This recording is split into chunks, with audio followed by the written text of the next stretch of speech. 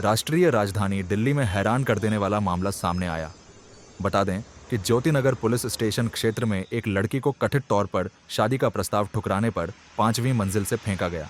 बुरी तरह घायल पीड़िता को अस्पताल में भर्ती कराया गया, जहां उसकी मौत हो गई। फिलहाल मामले में जांच जारी है। मैम, ऐसे दुख की घटना भी हुई है, आपकी बेटी चली गई और आरोपी गिरफ्तार हो गया, क्या कहेंगे?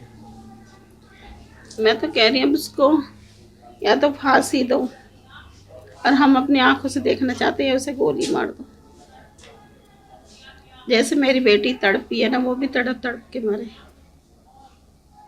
और उसकी लाश हम अपनी आंखों से देखना चाहते हैं। हमें भी पता चले कि हाँ, इसे मार दिया है। मेरी बेटी की आत्मा को जब भी शांति मिलेगी और हमें भी शांति मिलेगी। कब से परेशान करता था बेटी को? बेटी को कुछ दिनों से परेशान करने लग गया था।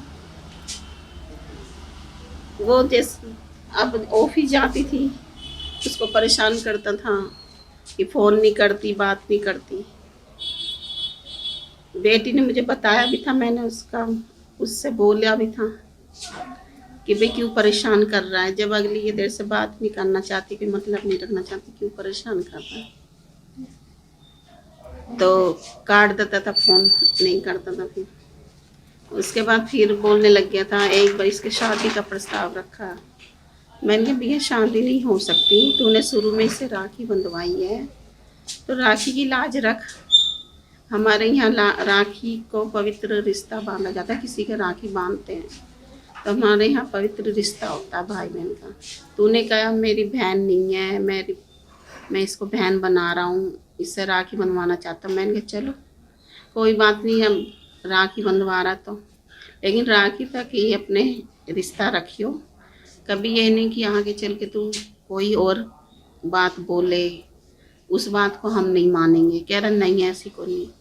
तो अब इसने उससे राखी का वो शादी का प्रस्ताव रखा। लड़की ने भी बताया, मैंने इसको समझाया, मैंने कहा हमारे नहीं होता ऐसे बिल्कुल भी, तुम लोगों के होता होगा कि बहन से कर ली, या हमारे नहीं होता। तेरी कास्ट अलग है, हमारी कास्ट अलग है।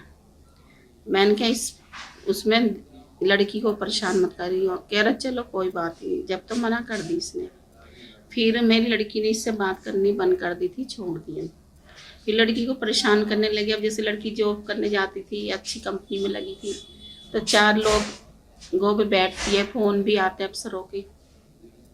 अब उनसे बात करती थी लड़की, तो कहता किससे बात कर रही है, किसका फ़ोन आया है, ये पूछता रहता था। मैंने उसको कहा, मैंने कहा भाई एक में बता, 4 लोगों के फ़ोन आते, ऑफिस में जाती है, तुझे इस बात से क्या मतलब, किससे बात कर रही, किससे नहीं कर रही लड़की।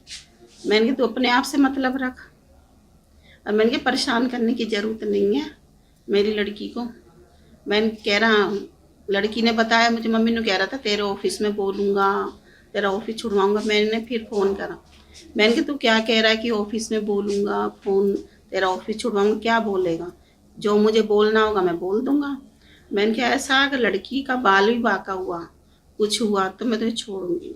तो आपने कंप्लेंट करी थी? अगर वो आता था मैंने कंप्लेंट इसलिए करी थी, कभी इस तरीके से वो, मैं उसको जैसे कुछ बोलती थी तो मुझे ना कोई जवाब देता था ना बोलता था। ऐसा कभी लगता नहीं था कि इस तरह की वो कभी मुझे मेरी लड़की के साथ वारदात करेगा।